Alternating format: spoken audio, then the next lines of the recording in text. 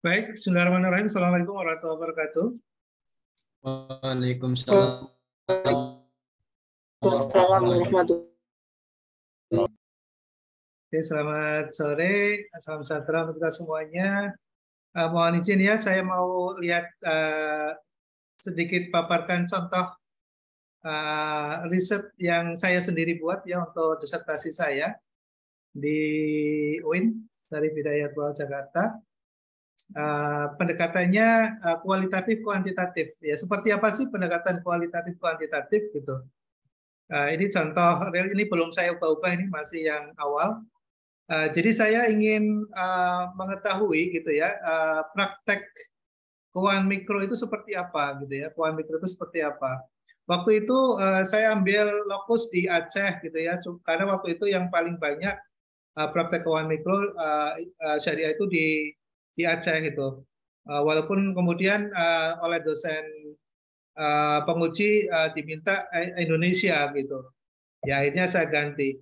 Nah intinya adalah bahwa di dalam konsep penelitian kualitatif itu kita harus punya background teori yang ya lumayan kuat lah gitu ya untuk menjelaskan mengenai berbagai terminologi gitu ya, berbagai istilah, kemudian berbagai teori gitu, berbagai konsep. Karena nanti disitulah kita akan berdebat ya, berargumentasi atau adalah istilah intellectual exercise ya, ada intellectual exercise. Jadi kita akan melatih intelektual kita untuk berdebat dengan dalam konteks akademik gitu ya, untuk mempertahankan suatu gagasan atau ide ya, suatu gagasan atau ide. Nah, dalam studi awal misalnya, ini contoh di keuangan mikro ya. Keuangan mikro itu layanan keuangan yang diberikan kepada usaha mikro atau masyarakat berpendapatan kecil atau masyarakat berpenghasilan rendah. Itu istilah keuangan mikro itu seperti itu. Jadi kalau ada lembaga keuangan yang memberikan layanan kepada masyarakat berpenghasilan rendah atau usaha mikro, maka itulah keuangan mikro gitu ya. Nah, dalam praktek keuangan mikro ini contoh nih, contoh yang apa saya kembangkan dan kebetulan ini studi yang memang real saya lakukan untuk menyelesaikan studi S3 saya gitu. Nah, dalam riset yang sudah dilakukan oleh para peneliti sebelumnya itu membagi keuangan mikro gitu ya dalam beberapa bagian ya, dalam beberapa bagian. Nah, bagian-bagian itu kemudian saya klasifikasikan ya, saya klasifikasikan seperti yang ada di peta ini. Jadi ini untuk mempermudah bagaimana kita memahami suatu konsep dan teori gitu ya dalam sebuah skema. Ini namanya skema. Jadi nanti kalau kita ingin menjelaskan sesuatu itu bisa aja dengan alat bantu menyusun sebuah skema. Ini contoh skema. Nah, skema ini menjelaskan misalnya bahwa lembaga keuangan mikro itu akan menyasar pendapatan berpenghasilan rendah ya, di bawah 2,5 US dollar per hari. Itu namanya kredit komersial namanya. Kalau ada yang menyasar masyarakat miskin gitu, maka akan berubah menjadi koperasi ini lembaga yang melayaninya gitu. Nah, kemudian kalau sangat miskin, maka akan masuk ke hibah atau BLT. Jadi kalau yang sekarang itu mendapatkan bantuan dari pemerintah misalnya, itu masyarakat miskin yang berpenghasilan rendah. Gitu. Ini contoh konsep biar kita nanti ketika saya menjelaskan paham alur pemikirannya gitu. Nah, ini contoh ya. Mohon nanti kalau yang baru masuk langsung di mute dulu ya. Jadi saya mungkin bisa agak sedikit jelas suaranya. Oke. Nah, kemudian ada penelitian lain lagi gitu ya. Ada daerah yang belum terlayani gitu ya, yang sangat miskin ini ada lack of namanya. Lack of itu penelitian dari Sable misalnya. Jadi kita kalau mau penelitian kualitatif harus banyak baca literatur gitu ya. Bisa jurnal, bisa artikel jurnal, bisa buku textbook, bisa monograf, atau bisa juga proceeding gitu. Ya berbagai karya ilmiah kita harus baca dan kemudian kita harus bisa memiliki dasar atau landasan, gitu ya. Nah, ini ada pendapat lain yang mengatakan bahwa wilayah orang miskin ini tidak terlayani oleh keuangan mikro ini, oleh SABEL. Nah, ini kita juga harus munculkan gitu. Lalu ada pendapat lain yaitu Ubaidullah ya, Ubaidullah. Jadi kita harus mencari teori-teori yang disampaikan oleh para peneliti lain atau oleh penulis atau oleh pakar gitu. Nah, di sini Ubaidullah mengatakan bahwa keuangan mikro Islam itu berada di wilayah ini gitu ya, berada di wilayah subsidi gitu, subsidi. Jadi melayani orang miskin, kemudian di sini ada program subsidi. Nah, tapi yang di sini belum ada, yang di sini belum ada. Jadi adanya di sini. Nah, lalu kemudian Ubaidullah menjelaskan bagaimana menjangkau sasaran orang miskin agar keuangan mikro itu bisa menyasar sasaran utamanya itu orang miskin. Nah, di sini ada namanya donor atau orang yang punya harta wakif, orang yang bisa mewakafkan ya wakif, atau musyaki atau orang yang kaya gitu. Orang yang memiliki pendapatan cukup itu dia bisa melakukan kas wakaf gitu ya, bisa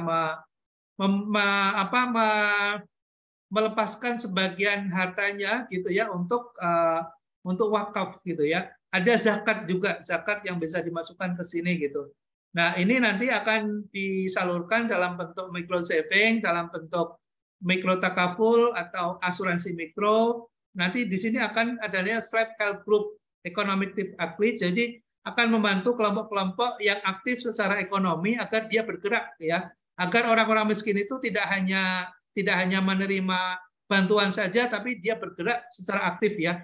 Nah, economically aktif, masyarakat yang tidak aktif itu didorong agar ke atas gitu. Agar dia didorong ke atas gitu. Dari sini ke sini. Ini teorinya Ubaidullah, Nah, lalu saya punya konsep, bagaimana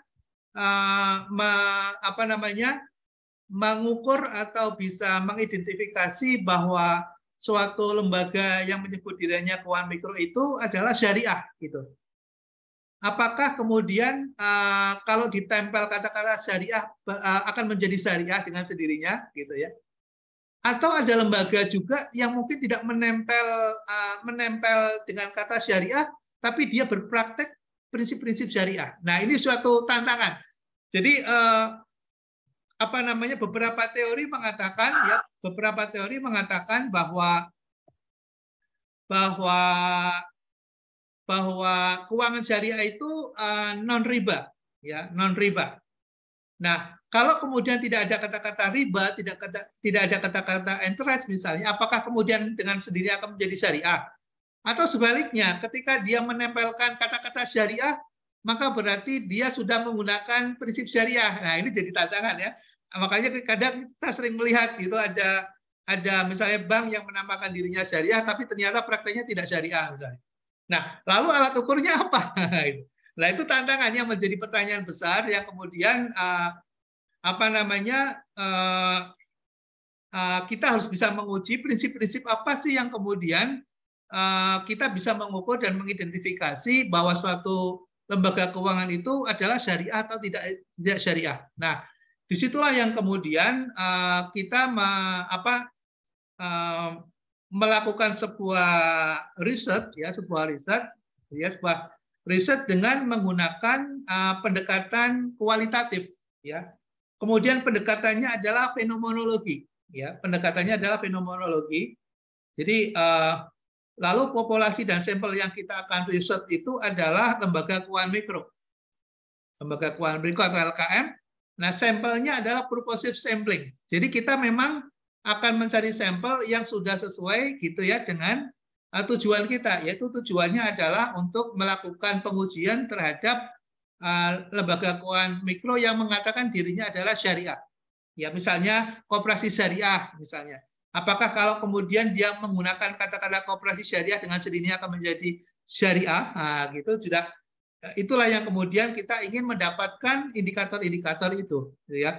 Lalu metode analisisnya adalah sintetis teori dan konsep keuangan mikro dengan prinsip ekonomi syariah untuk menemukan model keuangan syariah. Jadi kita akan mencari konsep dan teori, gitu ya. Lalu kemudian menganalisis fitur produknya, ya, untuk menemukan dimensi produk yang berbasis syariah itu seperti apa. Apakah kalau kemudian kata-kata misalnya kata-kata produk misalnya kredit mikro kalau dikasih kata syariah misalnya kalau kemudian menjadi syariah gitu, atau kalau dihilangkan bunganya kemudian menjadi syariah dengan sendirinya. Nah, itulah dimensi atau fitur-fitur yang kita temukan. Nah, di situ nanti ada dua kegiatan yang dilakukan. Ya, ada dua kegiatan yang dilakukan, yaitu menggali teori dan konsepnya. Kemudian setelah itu mengujinya, ya, menguji. Ya, setelah kita menemukan itu lalu menguji. Nah, itulah sisi kualitatifnya di mana? Sisi kualitatifnya adalah kita akan melakukan uji literasi atau tes terhadap atau review literation review atau mereview literatur dari yang sudah pernah dilakukan oleh berbagai peneliti sebelumnya itu. Oke, itu kalau di UIN ya, di UIN ini karena saya dulu dari UIN untuk S3-nya. Nah, ini proposalnya seperti ini aja ya, nggak panjang lebar, cuma kita harus bisa menjelaskan bahwa kita akan menemukan sesuatu yang belum ditemukan oleh para peneliti sebelumnya, misalnya gitu. Nah, pendekatannya adalah pendekatan kualitatif ya, fenomenologi ya, fenomenologi. Nah, sekarang saya coba lihatkan hasilnya ya, hasilnya saya tutup dulu. Oke, nah ini presentasi disertasi saya sederhana begini ya. Nah, nanti saya share, mudah-mudahan bisa saya share nanti hasilnya bisa biar saudara juga bisa melihat ya bagaimana hasil suatu riset dalam pendekatan kualitatif itu seperti apa gitu. Oke. Nah, ini pada saat presentasi hasilnya, ini pada saat saya presentasi hasil, tadi proposal yang saya ajukan dan kemudian ini hasilnya ya. Jadi kesimpulan besar yang kemudian dihasilkan dari studi riset kualitatif ini adalah bahwa disertasi ini, ya penelitian ini maksudnya, penelitian yang saya lakukan ini, membuktikan bahwa model keuangan mikro Islam itu tidak sekedar keuangan mikro minus interest. Jadi para peneliti sebelumnya, termasuk ada Diblo misalnya, dia mengatakan yang namanya keuangan mikro syariah itu kalau sudah dihilangkan interestnya, maka dengan sendirinya akan menjadi syariah. Nah, gitu. Itu pendapat para peneliti sebelumnya. Gitu. Namun, ya, saya bisa membuktikan bahwa tidak hanya sekedar mengeluarkan interest, gitu ya, tapi dia harus menerapkan prinsip-prinsip syariah. Apa itu prinsip-prinsip syariah? Yang pertama adalah keadilan, yang kedua adalah kejujuran, dan yang ketiga adalah kemitraan, partnership.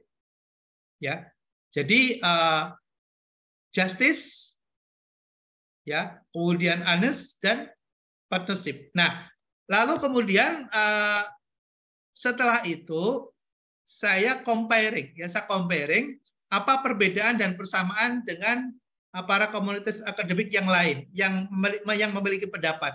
Ini tentunya berargumentasi dalam dalam literatur yang kita argumentasikan itu adalah literasi-literasi yang kita rujuk dari berbagai pendapat yang ada.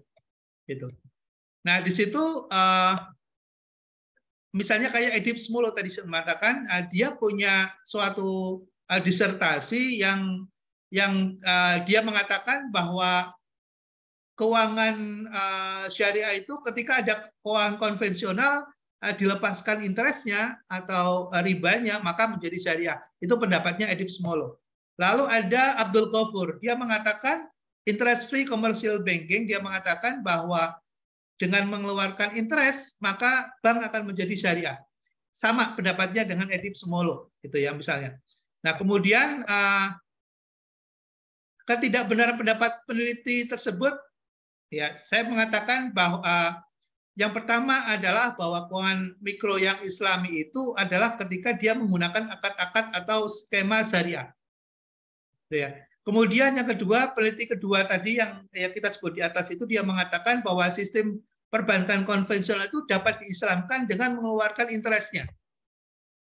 Maka dia akan bisa menjadi syariah. Gitu. Nah, lalu kemudian pendapat saya itu mirip, saya mengatakan mirip dengan pendapatnya Muhammad Ubaidullah. Tapi nanti ada bedanya. Nah, bedanya di mana? Gitu ya. Bedanya di mana? Saya akan mengatakan ada bedanya. Gitu. Bedanya bisa dibuktikan. Ya, ada Muhammad Ubaidullah, ada Ajaz Kamit Khan. Dia mengatakan dalam Islamic Microfinance Theory, di situ mengatakan bahwa keuangan mikro itu selain keuangan syariah itu selain dia harus bisa melepaskan interestnya, dia juga harus menjalankan prinsip-prinsip.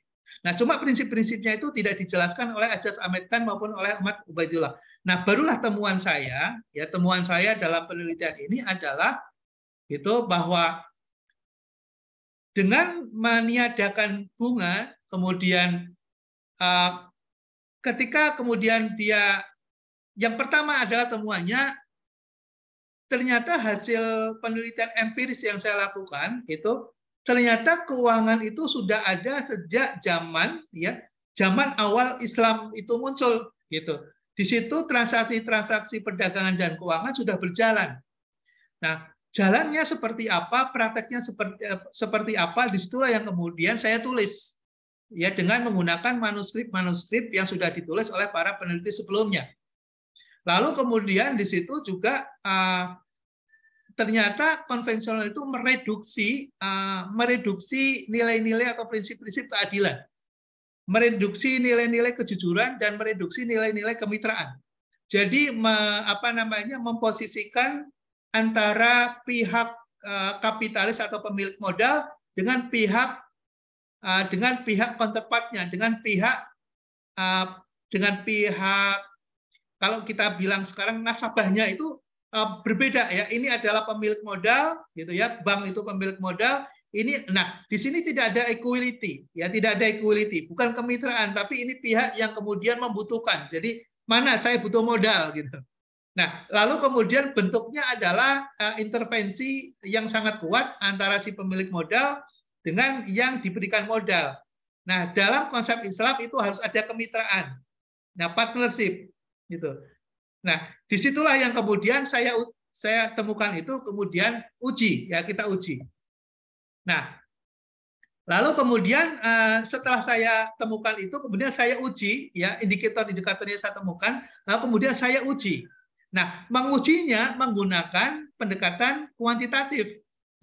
Jadi menemukan prinsip-prinsip dan variabel itu dengan pendekatan kualitatif, lalu mengujinya apakah benar atau tidak menggunakan pendekatan kuantitatif. Nah, setelah diuji ternyata ketika prinsip-prinsip itu dijalankan dengan benar, maka performan kinerjanya menjadi sangat optimal. Ya, saya menggunakan beberapa lembaga keuangan yang berbasis syariah gitu, dan kemudian saya menguji itu.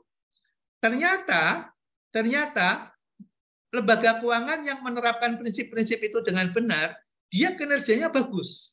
Ya, kinerja keuangannya bagus. Itu. Nah, disitulah yang kemudian saya buktikan dalam studi ini, dan tentunya karena ini berbasis pada pendekatan kualitatif dan kuantitatif, maka saya menggunakan berbagai sumber data, baik data primer maupun data sekunder. Ya, baik data primer maupun data sekunder.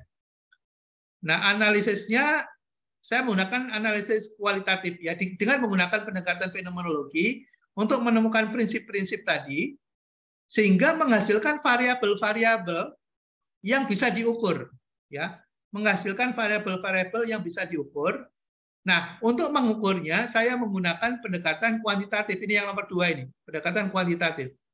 Dan dianalisis dengan menggunakan namanya Structural Equation Model, namanya SHAM.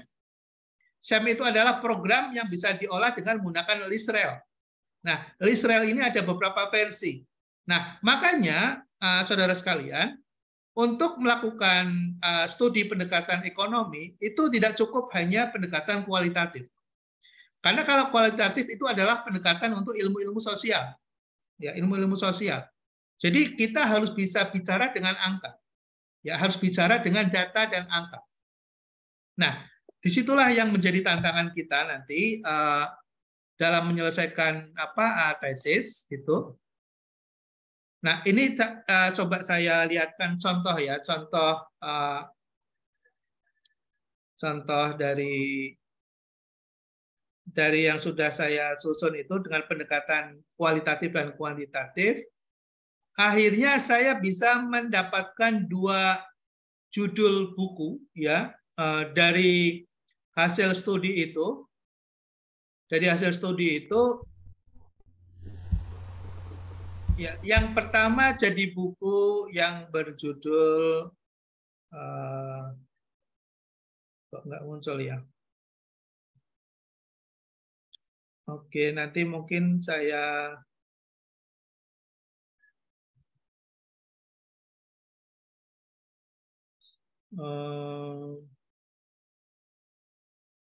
monograf.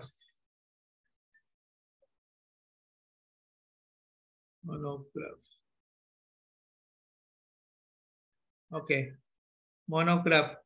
Ini kelihatan nggak ya di slide ya? Kelihatan, Pak. File PDF-nya belum kelihatan, Pak. Yang PDF belum kelihatan? Belum. Belum kebuka, Pak. Oh, apa ya?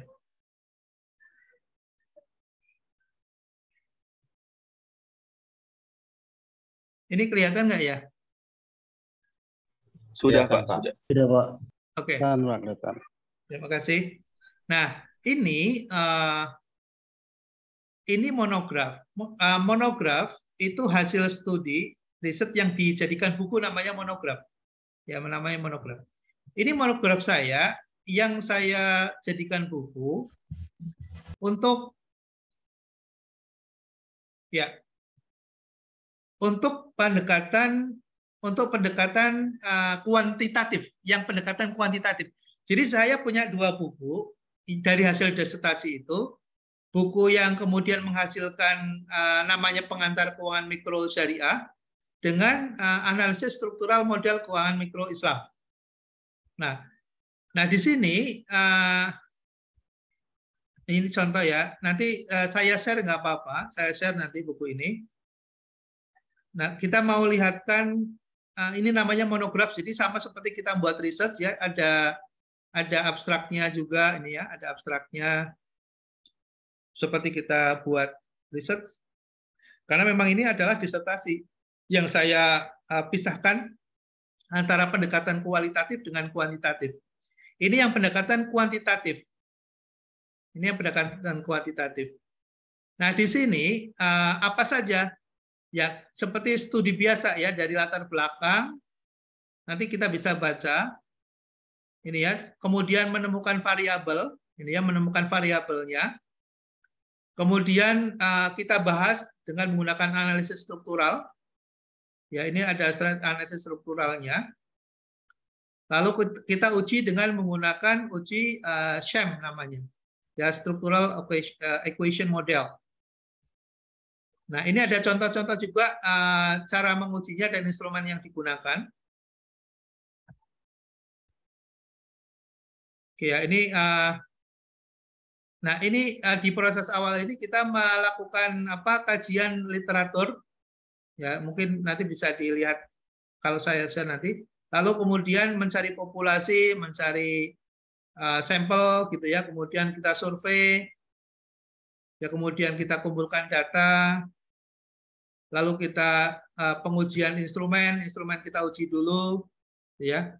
Instrumen kita uji, lalu kemudian Kita analisis. Nah, ini kita analisis. Ini analisis kualitatifnya untuk menemukan variabel-variabelnya.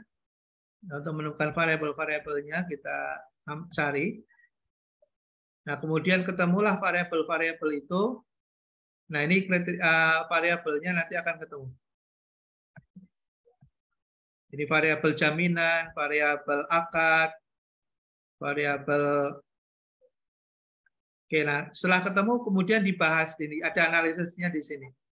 Ini konseptualisasi modelnya. Nah, ini ketemu nih di sini ada variabel-variabel yang dijelaskan di sini. Nah, ini untuk menemukan ini itu hasil dari studi literatur, dari pendekatan kualitatif. Ya, dari pendekatan kualitatif kita menemukan variabel-variabel ini. Nah, inilah yang nanti yang akan diuji. Ya, nanti akan diuji. Nah, ini ujinya. Jadi nanti akan ada X1, X2, X3, ada Y1, Y2, Y3, dan seterusnya. Yang nanti akan diuji apakah masing-masing variabel itu berkorelasi satu dengan yang lain. Kemudian tingkat signifikansinya terhadap performance itu seperti apa? Apakah valid atau tidak, reliable atau tidak, kemudian signifikan atau tidak signifikan, nanti akan kelihatan. Ya. Nah, ternyata dari X1 sampai X4 itu ternyata signifikan. Gitu. Tapi ada satu yang paling signifikan nanti bisa diketahui apa. Gitu. Nah, ini penjelasannya hasil dari pendekatan kuantitatifnya, masing-masing variabel. Ya, dideskripsikan. Nah, lalu output saya adalah output dari riset saya adalah saya menghasilkan diagram portofolio kepatuhan. Jadi dari instrumen kuesioner itu akan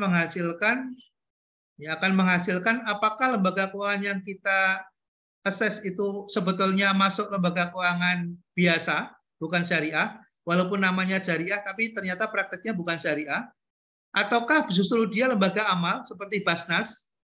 Ya, kalau ada lembaga keuangan, kemudian ada akad-akad maupun orientasi yang digunakan itu adalah bukan tidak mengacu pada menghasilkan suatu pendapatan, maka dia akan masuk ke lembaga amal. Nah, lalu yang ideal itu yang ada di kuadran ini, ya, kuadran 1, 2, 3, dan 4. Nah, nanti hasil dari kuesioner yang kita hasilkan itu kita akan bisa mengetahui lembaga itu sebetulnya lembaga yang bagaimana. Gitu. Nah,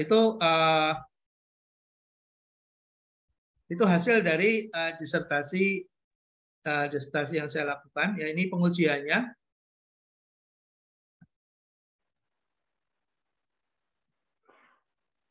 Nah, ini referensinya. Ya, ini referensinya. Ya, kalau di disertasi memang referensinya harus berbasis pada jurnal. Ya, handbooknya sedikit. Ini jurnalnya harus banyak gitu. Oke. Nah, terus yang kualitatif hasilnya seperti apa? Yang kualitatif. Nah, yang kualitatif, oke ya, nanti saya share saja biar saudara sekalian bisa membaca dan barangkali juga manfaat daripada cari ke Gramedia. Nanti saya hibahkan lah, saya infakkan. Tapi di print sendiri gitu, di print sendiri. Alhamdulillah, terima kasih. Ya, kalau diperlukan, ya kalau diperlukan, mungkin barangkali untuk ini mendapatkan insight gitu, insight. Oke ya, saya kira demikian. Oh ya, saya tadi menyampaikan juga bahwa saya sedang melakukan suatu penelitian. Ya, saya sedang melakukan suatu penelitian untuk mengidentifikasi potensi ekonomi di suatu daerah. Ya, di suatu daerah. Potensi ekonominya apa? Yang bisa kemudian menjadi potensi unggul di daerah itu. Nah, ini ada hasil yang sudah ada. Ini pendekatan kual-kuan juga, ya, pendekatan kualitatif dan kuantitatif. Oke, kelihatan nggak ya slide-nya? Kelihatan, Pak. Oke, Kelihatan, Pak. Oke. Ini hasil analisis identifikasi potensi potensi ekonomi di suatu wilayah. Ini kita ingin mengcapture potensi yang di situ menjadi unggul itu apa. Nah ini sistematika penelitiannya seperti ini. Jadi ada kita ingin tahu profilnya, kemudian potensinya, lalu kita analisis SWOT, lalu kita bikin profil untuk layanan keuangan yang ada, kemudian analisis rantai pasokannya seperti apa gitu. Nah, lalu di sini nanti akan memberikan informasi rekomendasi terhadap intervensi. Jadi yang nanti perlu dilakukan apa? Kalau kondisinya seperti ini, ingin dikembangkan bagaimana caranya gitu. Nah, ini kualitatif dan kuantitatif. Kenapa? Karena kualitatif kita harus melihat sendiri kondisi di lapangan, gitu ya. Kita harus fielding, ya kita harus fielding istilahnya, harus fielding, harus mengunjungi di mana kita akan melakukan studi itu, wilayah itu kita datang. Ini ini contoh di Sulawesi Selatan, ya di Sulawesi Selatan. Nah, di sini apa sih yang tujuan yang mau dilakukan dalam studi ini? Kita ingin mendapatkan produk unggulan. Kita ingin tahu produk unggulan. Komoditas sasarannya apa? Kemudian UKM yang menjalankannya itu siapa, gitu ya. Kemudian rantai pasokannya seperti apa? Rantai nilai pembiayaan seperti apa? Ini tujuan dari studi yang saya lakukan. Lalu metodologinya adalah metode pengumpulan datanya seperti ini ya. Pendekatan studinya, ini lihat nih. Kajian ini menggunakan pendekatan analisis kualitatif deskriptif ya kan. Jadi bisa juga kualitatif deskriptif gitu ya. Nah, saya butuh data-data primer juga, data sekunder juga gitu. Nah, lalu saya kumpulkan data gitu ya, kumpulkan data. Ini laporan, jadi laporan tanggal 14 nih kemarin. Ini masih fresh ya, tapi saya nggak bisa share ya karena ini masih confidence, masih konfidensial, ya masih konfidensial. Jadi ini hanya saya tanyakan aja secara sepintas gitu. Nah, kita mengcapture kondisi geografis di suatu wilayah yang kita mau sasar. Nah, ini ada data-data yang kita ambil, kemudian demografisnya seperti apa, gitu ya, potensi ekonominya apa, gitu. Berdasarkan dari data sekunder, ya, data yang sudah dipublikasikan. Kita tinggal ambil aja. Lalu kemudian saya masuk ke dalam potensi. Kenapa sih rumput laut? Karena ternyata setelah saya lihat dari data distribusi presentasi PDB di wilayah tersebut, yang nomor atas ini adalah pertanian. Jadi wilayah yang saya coba masukin, yang sedang saya analisis ini, ya potensi pertanian, kehutanan, perikanan potensi yang tertinggi ya 50% dibandingkan dengan potensi yang lain. Makanya kemudian kenapa saya ini capture dulu. Saya capture dulu ini data sekunder namanya. Ya kita mengolah data sekunder. Lalu kemudian setelah saya turunkan lagi di pertanian, ternyata di sini ada budidaya rumput laut nomor 2 ya. Nah, skor bobotnya 0,155 ini ya. Lalu kemudian saya turunkan lagi 10 besar. Ya, 10 besar ternyata rumput laut itu nomor 4. Ya, nomor 4. Dari peringkat komoditas pertanian tadi yang di atas tadi. Nomor 4. Ini berarti penting nih. Ya, masih penting. Karena 10 besar. Lalu kemudian kita masukin. Nah, untuk mendapatkan informasi seperti ini, kita harus datang ke lapangan. Ya, potensinya seperti apa, kemudian ketemu dengan penduduk, kita lihat potensi yang sebenarnya seperti apa gitu. Nah, ini harus kita datang ke lapangan. Lalu kemudian kita bisa menyimpulkan di situ. Ya, ada peluang, ada tantangan, ada kekuatan, ada kelemahan. Lalu ini dibuat FGD. Ya, FGD dengan para pelakunya, para pelaku UKM-nya gitu. Betul nggak kalau ternyata di sini permintaannya masih tinggi? Oh ya betul gitu ya. Kemudian ada dukungan dari pemerintah nggak? Ada gitu ya. Pasarnya gimana? Masih bagus, ya permintaan masih banyak gitu. Nah, itu kita dikonfirmasi dan divalidasi oleh para pelaku ya di masyarakat ya. Kita ajak dalam namanya focus group discussion gitu ya untuk mendapatkan komponen-komponen yang ada di sini. Ini kualitatif nih, ya ini kualitatif. Lalu setelah itu kita perkuat lagi dengan data-data sekunder. Ya, oh ternyata rumput laut Indonesia itu andil besar di di dunia internasional, gitu ya. Kita itu andilnya terbesar dan ternyata peringkat pertama di dunia, ya, peringkat pertama di dunia. Wow, ternyata kita potensinya luar biasa rumput laut ini di dunia. Dan ternyata potensi yang terbesar itu penghasilnya ada di Sulawesi Selatan, ya. Nah, ini baru kemudian kita tengok lagi, ya, kita tengok lagi. Aduh. Nah, ini ternyata betul gitu ya, 1,6 juta ton setiap tahunnya dihasilkan dari daerah ini Sulawesi ini. Sedangkan yang lain itu kecil-kecil, ya, maksudnya di bawahnya semua. Berarti kalau mau bicara tentang potensi unggulan itu ada di wilayah ini, ya, rumput laut itu. Nah, lalu di tahun 2022, ya, potensi yang besar itu akan kemudian dikembangkan secara maksimal budidayanya, karena sudah tahu potensi lautnya yang bagus, kemudian kualitas komoditasnya yang bagus, gitu ya. Kemudian ini akan menjadi salah satu unggulan yang akan didukung oleh semua pihak untuk bisa menjadi prioritas, ya, menjadi prioritas. Ya, lalu ekspor rumput laut kita ke Cina itu 5 tahun terakhir, ya, kalau kita lihat di data juga menjadi hal yang menarik, ya, karena relatively, ya, di luar kejadian pandemi kemarin gitu, walaupun sekarang ada penurunan, tapi minimal bisa bertahan, ya, posisi ekspornya itu masih bisa bertahan. Nah, harga juga terjadi fluktuasi, ya, harga terjadi fluktuasi. Dan kita juga perlu tahu perilaku harga ternyata di pertengahan tahun itu selalu turun. Dan kemudian mengalami kenaikan harga mendekati akhir tahun. Nah, ini juga perilaku yang perlu diketahui agar masyarakat petani juga nanti bisa dia misalnya di tengah tahun ketika harga turun dia bisa save, ya, bisa masuk ke gudang. Makanya nanti ada rekomendasi perlu ada risi gudang, gitu. Ya, perlu ada risi gudang rekomendasinya. Karena setiap pertengahan tahun nih seperti sekarang ini harga kemarin itu drop, harganya jelek banget, ya. Nah, kalau petani ini tidak paham, maka dia jual. Ya, maka diborong oleh para tengkulak besar.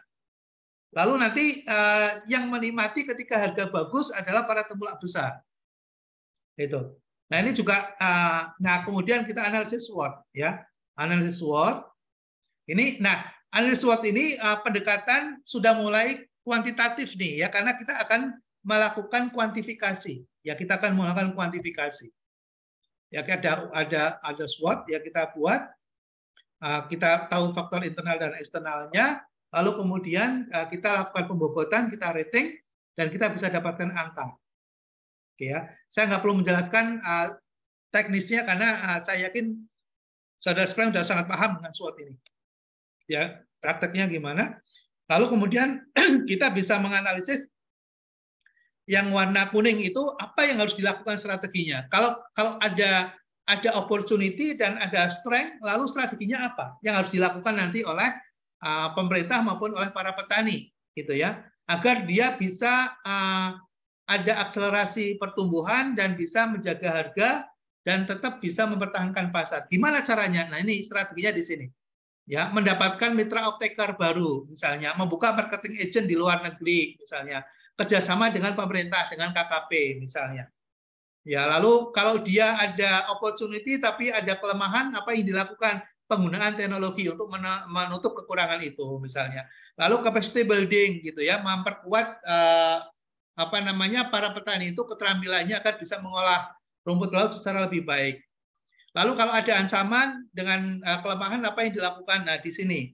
Nah, hal-hal sederhana seperti ini, saudara sekalian, justru inilah yang semestinya, gitu. Ketika kita nanti menjadi seorang master of management, gitu ya, alat sederhana seperti ini harus bisa dijalankan, gitu. Harus bisa kita kuasai, gitu.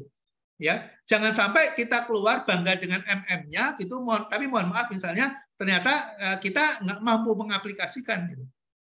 Nah, ini yang menjadi tantangan, ya, yang menjadi tantangan.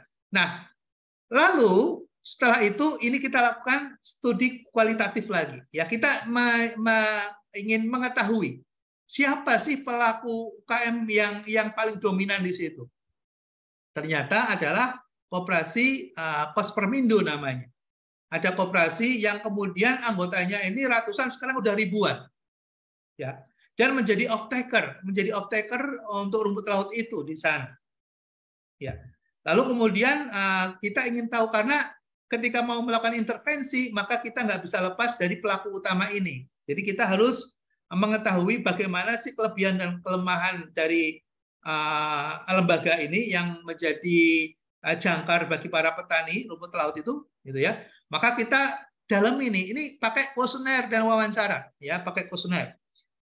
Misalnya mereka bayar kepada anggotanya seperti apa, tempo atau cash, kemudian lokasinya jauhnya seberapa panjang, ya, letak lokasi rumahnya, kemudian bagaimana transaksi dijalankan, pakai DP atau tidak, volumenya berapa. Ini ada informasi semua sehingga kita tahu, ya, sehingga kita tahu bagaimana pola relasi antara lembaga ini dengan anggota. Ini namanya kualitatif, bukan kuantitatif, ya. Karena kita mendapatkan data dari data primer, kemudian kita mengolah itu menjadi sebuah informasi. Itu namanya kualitatif. Nah, ini kebetulan kan kesimpulan, tapi kan di dalam deskripsi laporan kita kan naratif, ya. Ini kan hanya untuk pemaparan saja, ya. Tapi di dalam laporan kita kan nanti naratif, ya. Kita uraikan dalam bentuk narasi namanya. Oke, ya. Nah, lalu kemudian kita analisis supply chain-nya, ya, ya, kita analisis, ya. Lalu intervensi apa yang bisa dilakukan, rekomendasi. Setelah kita tahu ada kelemahan, kelebihan dan sebagainya, untuk meningkatkan industri rumput laut, apa yang dilakukan? Intervensi pasar lokal dan ekspor. Sistem pembayaran diperbaiki. Kemudian intervensi value chain financing agar anggota itu tidak tergantung pada tengkulak. Lalu apa yang harus dilakukan? Itu namanya value chain. Lalu ketika harga jatuh, para tengkulak yang tengkulak besar yang membeli dengan harga murah itu kalau bisa dihentikan. Cara menghentikannya gimana? Fasilitasi dengan resi gudang namanya. Ya, resi gudang. Jadi ada gudang besar yang kemudian menampung gitu dan kemudian membeli untuk disimpan. Jadi petani perajin itu tetap harga yang bagus gitu dan kemudian bisa membantu para petani tidak dalam kondisi yang jatuh. Oke, ya. Nah, disitulah yang kemudian butuh membangun sistem kolaborasi. Ya, membantu sistem kolaborasi. Siapa yang kemudian ikut serta dalam membangun kolaborasi, membangun ekosistem itu? Ada lembaga pemerintah, ada swasta, ada perusahaan yang bergerak di teknologi. Nah, itulah yang kemudian akan menjadi rekomendasi apa yang harus dilakukan oleh masing-masing pihak. Gitu ya. Nah, saya referensi yang saya rujuk saya bisa pertanggungjawabkan ya dari berbagai laporan publikasi maupun dari hasil wawancara yang saya dokumentasi gitu. Nah, ini ketika ini di lapangan ya, ketika kita ketemu dengan petani, kemudian melakukan wawancara, kemudian mendapatkan data di lapangan itu. Nah, ini kita harus terjun ke lapangan, fielding ya, karena kita kualitatif tadi. Oke, ya. Oke. Saya kira demikian sedikit sharing tentang penelitian kualitatif, mudah-mudahan bermanfaat. Nggak usah takut untuk mencoba dan menulis, silakan ada ide-ide yang bagus ditulis, ya barangkali nanti bisa dikembangkan menjadi studi tesisnya, ya mudah-mudahan bisa lancar, berhasil, dan bermanfaat. Ya, bisa bermanfaat.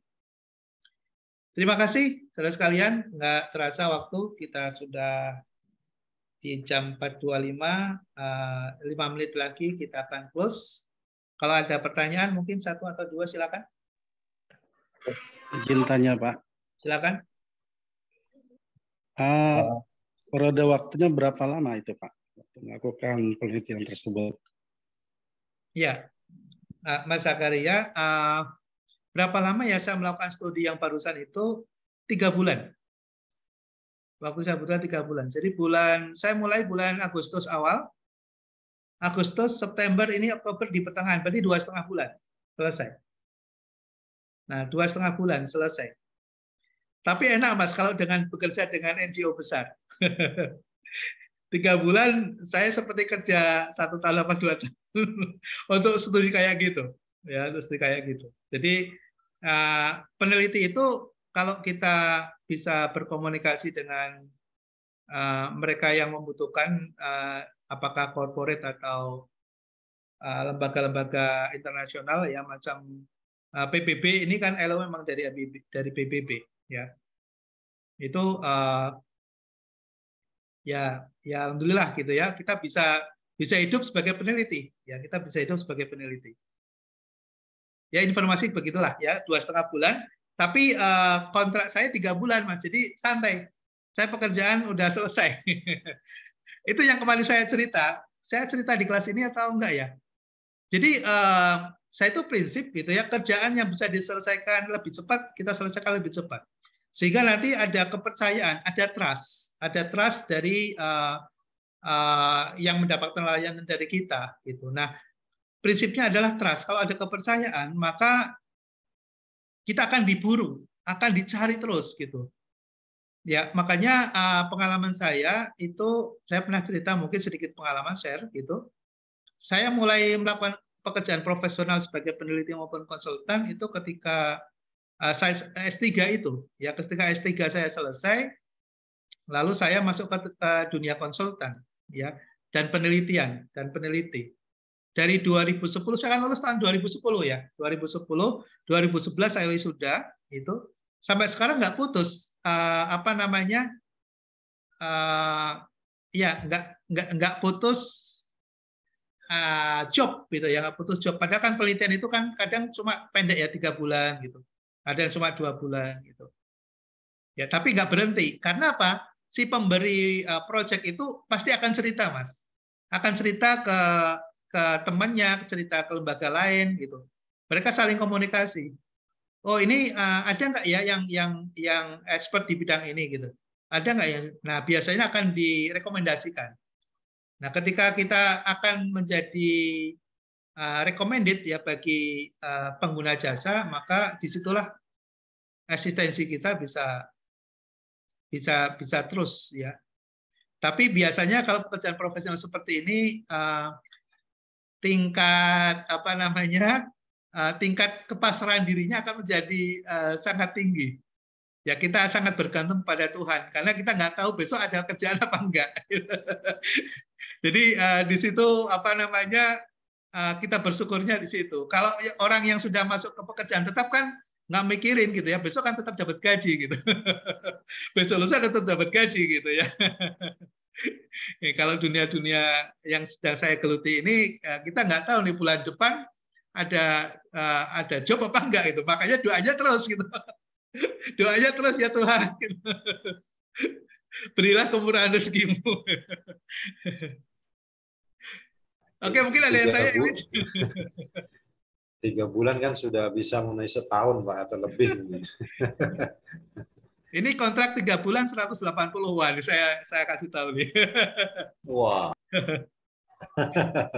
Jadi kadang kalau kita bekerja dengan menggunakan tenaga, mungkin ya tadi ya, mungkin kita harus gitu. Ya, tapi dengan kerjaan-kerjaan yang berbasis pada ini intelektual itu nilainya susah ya, susah dinilai gitu. Susah dinilai. Ya. Ada timnya atau sendirian Pak? Alhamdulillah. Pak Bagio. Ini sendiri. Jadi sendiri personal aja, ya, konsultan personal. Nah, timnya ada di ILO. Ya, timnya ada di ILO, misalnya kayak di ILO gitu. Nah, saya konsultan mereka. Ya, konsultan mereka. Nah, target pekerjaan saya tadi menyelesaikan itu. Menyelesaikan building, kemudian bikin report gitu, bikin report seperti itu. Oke Mas, ya. Mungkin ada yang bisa sendirian Pak, itu project cukup besar kalau menurut saya Pak. Tapi Bapak bisa kerjakan sendiri, itu luar biasa Pak, tidak mudah. Alhamdulillah. mungkin juga ada satu hal yang terkadang pada saat kita bekerja ada yang kita terlupakan gitu. Kalau saya kan suka silaturahmi, sehingga saya punya banyak kawan. Ya, ada di Bank Indonesia, ada di OJK, ada di pemerintahan gitu. Nah, ketika kita butuh data-data, apalagi seorang peneliti misalnya atau konsultan, itu kan basisnya data. Kalau kita nggak punya koneksi yang baik dengan dengan lembaga-lembaga pemerintah maupun lembaga-lembaga lembaga-lembaga independen gitu, wah kita sulit sekali. Kayak data kayak tadi itu, misalnya kita tahu ada rencana pengembangan apa di daerah mana misalnya.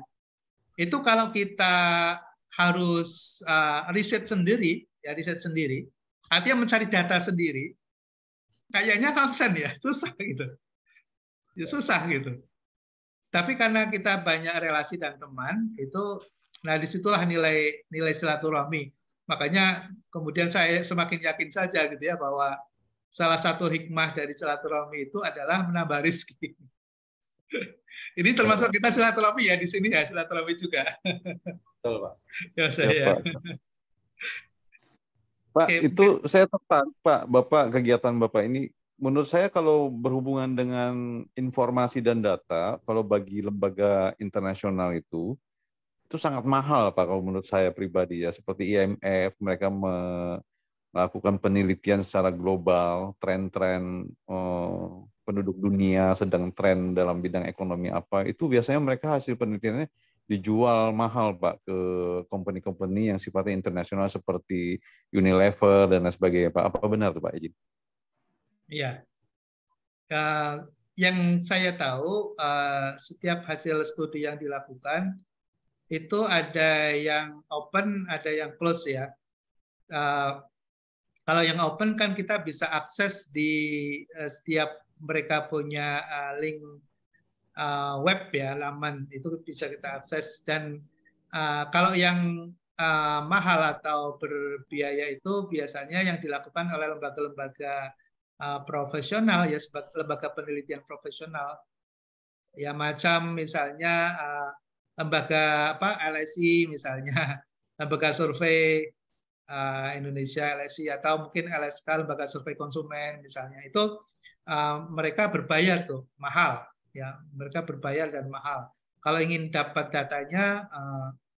Tapi ini ya mudah-mudahan ada kesempatan. Kita kalau punya komunitas itu asik. Misalnya gini, saya kebetulan bulan yang lalu tulisan saya masuk di Scopus. Saya itu menggunakan data IFLS namanya. Data IFLS itu data studi survei yang dilakukan oleh Bappenas dan BPS gitu, yang disimpan ya dalam bentuk coding, tapi bisa ditarik.